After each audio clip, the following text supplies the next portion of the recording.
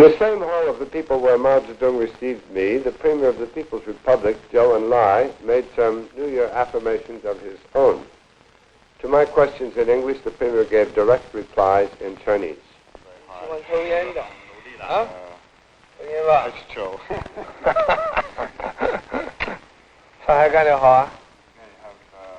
Shanghai fine. I found it 非常有 exciting city. 哦，看那个 Nanking 就到这三个地方 Nanking、无锡、上海。 Premier Zhou, I find such a sharp contrast for the better between conditions in China today and those conditions I saw here in 1960. I wonder if I would be right in assuming that China's economic level, general economic level, is now the highest in her history. 是啊，现在可以说，我们这个国民经济的情况，是全面好转了。在这个调整工作已经基本完成了。在这个 Yes. It can now be said that our national economy has achieved an all-round turn for the better, and the work of readjustment has in the main been completed. The agricultural output this year surpassed the peak figure at the end of the first 5-year plan, and the output of grains and cotton in particular increased considerably as compared with last year. In industry, great progress has been made not only in the quantity, but also in the variety and quality of the products. And it can be said that an all-round leap forward has been made in industry. In science and technology, it has reached quite a remarkable level. You can see what has been achieved in culture and education, from the reforms in the drama and the development of education.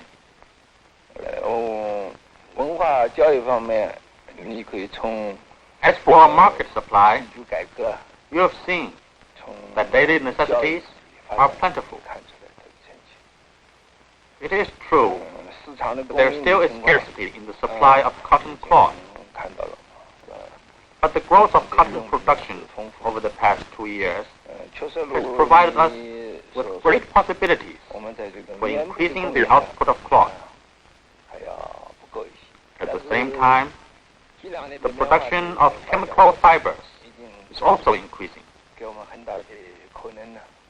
We are confident that in the course of the third 5-year plan, the supply of clothing for the people will further grow.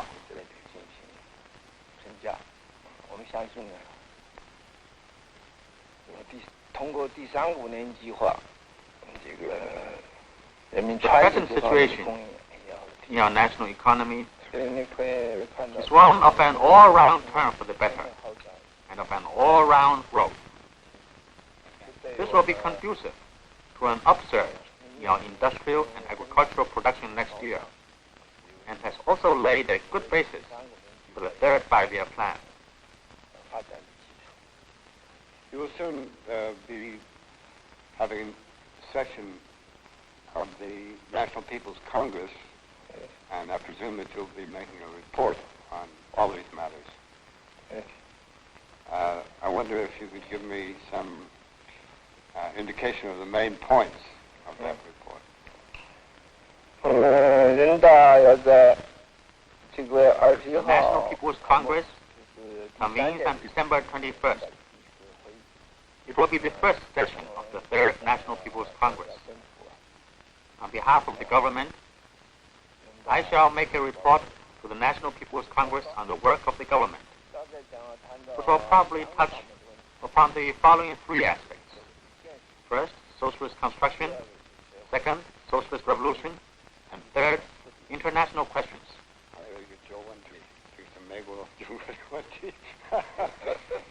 Do you see any possibility of improvement in Sino-American relations? And secondly, do you think it would be useful under present circumstances to have some exchange of scientists and scholars.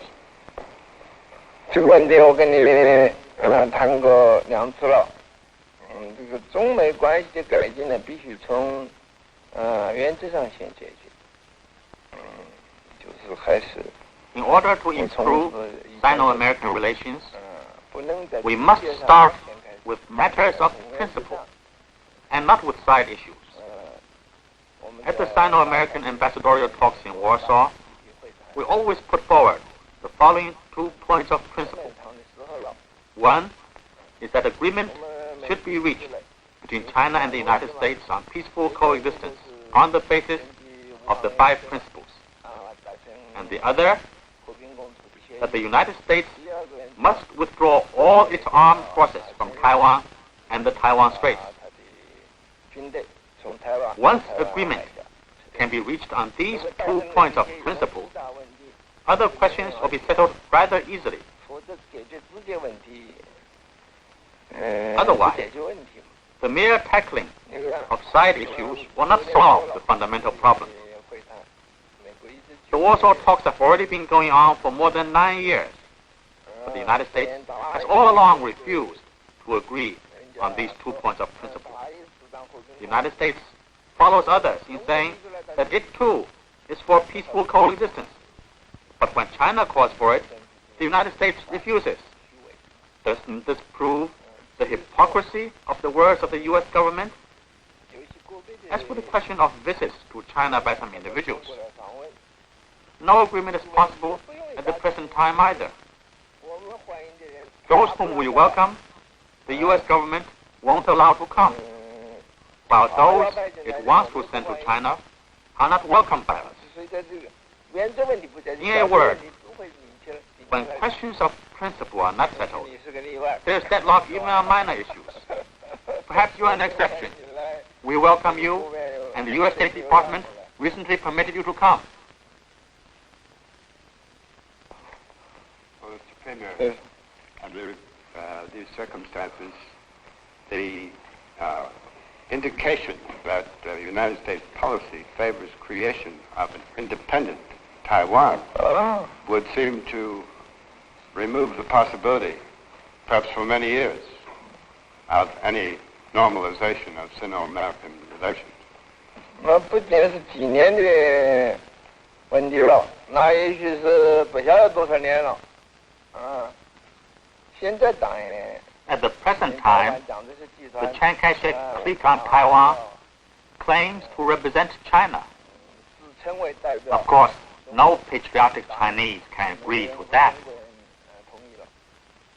But if there should be someone on Taiwan who is so depraved as to completely follow the beck and call of the United States and serve the needs of U.S. policy by declaring Taiwan to be a so-called independent political unit and relying on the majority in the United Nations under the manipulation and coercion of the U.S. government, continue to usurp China's lawful seat in the United Nations. I can tell you frankly that not only would it be impossible to improve and to restore Sino-American relations, but what is more, we will have nothing whatsoever to do with the United Nations. If such a situation should arise, the Sino-American confrontation will not be a question of a few years. It will be of a long duration, of we don't know how many years. It will remain that way until the day comes, and I believe the day will come, when the United States finds itself no longer able to continue along this path and gives up this policy. Very rapidly, the number of nations that favor restoring China's seat in the UN is increasing. More and more nations now maintain relations with China. It may be that there's a majority already in favor of seating China in the UN. Do you expect to see China's seat restored this year? No. That is in the present session, 1965. No. We do not. 那不可能嘛？ That's not 因 possible. 为现在 Although there are now 50 countries which have recognized us and established diplomatic relations with us, and the number will perhaps increase further, the United States will be able to use various methods to obstruct the restoration of our legitimate rights in the United Nations and prevent the expulsion of the Chiang Kai-shek clique from the United Nations. Therefore, it's certain that no change will yet take place this year. In the meantime, we have an urgent new factor involved in Sino-American relations, the bomb. Judging from reports published abroad, China's bomb was of a much more sophisticated nature than American experts anticipated.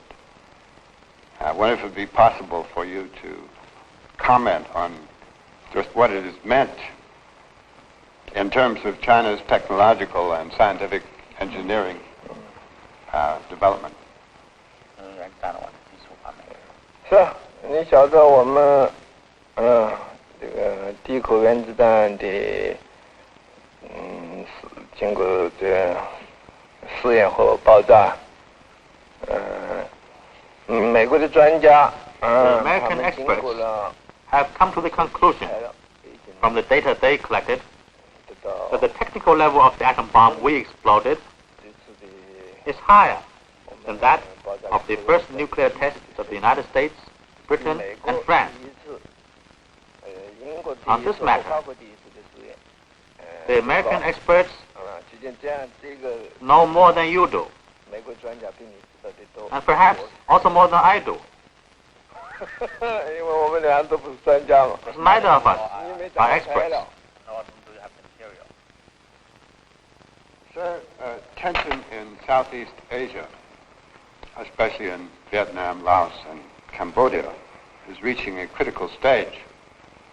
May I ask, under what circumstances China would render aid to these countries, such as she extended to North Korea? 在这个 The situation in South Vietnam is linked with the entire Indochina question. And it is precisely on the question of expanding the war in Indochina that the United States is now hesitant. It's always anxious to know China's attitude. China's attitude is very clear. That is, if the United States should run rampant in Indochina, we will definitely not sit idly by. The United States has tasted of the Korean War, and if it wants to wage a Korean-type war in Indochina, it should know what will happen and what the result will be. Therefore, the United States may acquaint itself with our attitude simply through our published statements. However, the U.S. government often doesn't believe these statements. It always thinks that our public statements are one thing and what we actually intend to do is another. The United States is always anxious to get some inside information, thinking that only then can decide on its policies. In fact, it doesn't understand that throughout the 15 years since the founding of the People's Republic of China, every word that we have spoken counts. We mean what we say. Unlike them, we don't practice double tactics, saying one thing while doing another. Ours is a socialist state. We're responsible to the Chinese people and responsible to the people of the whole world. We live up to our words. I hope we have time for one question on Sino-Soviet relations. Perhaps the most direct one would be, since the fall of Khrushchev, does China still insist that the Soviet Union should not participate in the next Afro-Asian conference? 关于亚非会议的问题，我们是坚定的遵守。 With regard to the forthcoming African Asian Conference, we firmly abide by all the agreements reached at the preparatory meeting for the second Asian African Conference held last April in Jakarta. At that meeting, as in the Bandung Conference, unanimity had to be achieved before agreement on any question could be reached. As for those questions which the majority of the participants did not approve of, or on which no agreement could be reached, they were set aside. The principles of reaching agreement through unanimity and seeking common ground or retaining differences are precisely the Bandung spirit commonly acknowledged by the Asian and African countries. These principles were once again adhered to at the Jakarta preparatory meeting. That's very clear. I have 100 other questions, but I think I have consumed all the time you've generously allotted me. And I want to thank you very much for a very enlightening interview. Well, Thank you. that's good. Goodbye. 晚安见。Evening. 谢谢。晚安见。